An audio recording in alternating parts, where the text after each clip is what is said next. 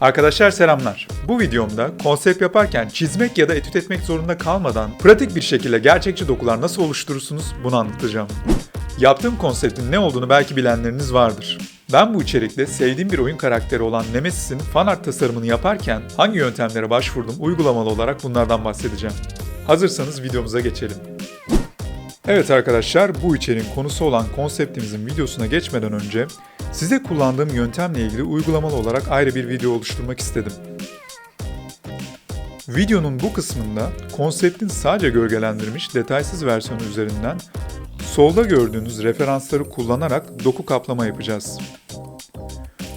Burada dokuyu oluşturmadan önce konseptinizin hangi açıdan ışık alacağını belirlemeniz önemli. Çünkü kullanacağınız dokunun aldığı ışık açısı tasarımınızda oluşturduğunuz ışığın açısıyla aynı olmalı.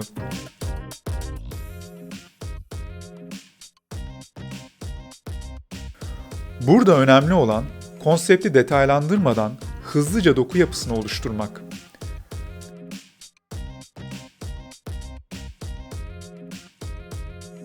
Bir yerde kullandığınız dokuyu birkaç yerde tekrar formunu biraz değiştirip kullanabilirsiniz.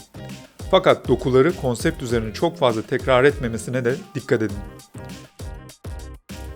Ve gerekmedikçe her yerde doku kullanmayın. Bazı yerlerde fırça izleriniz belli olsun.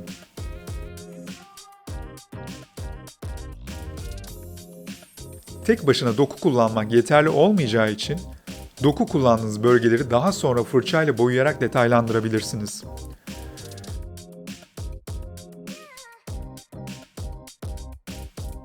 Alakasız olduğunu düşündüğünüz materyaller bazen tasarımınıza yapmak istediğiniz dokuyu verebilir. Bu yüzden yansıtacağınız dokunun materyalini bulmaya çalışmak yerine benzer doku oluşturabileceğiniz materyallere de bakabilirsiniz. Bu yöntemi kavradıktan sonra çalışmalarınızı aynı mantık üzerinden geliştirip detaylandırabilirsiniz. Evet, bu videoda doku kullanmayla alakalı detayları mümkün olduğunca anlatmaya çalıştım. Şimdi asıl yapmış olduğum konseptin videosuna dilerseniz geçelim.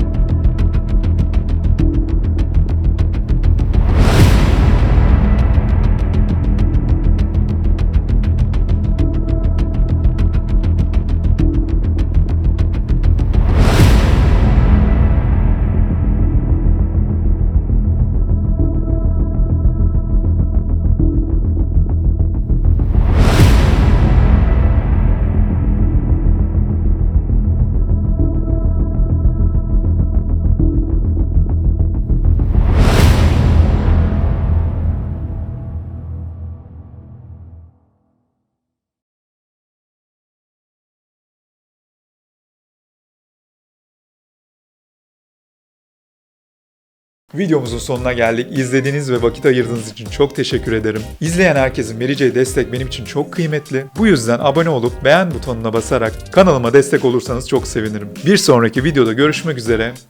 Hoşça kalın.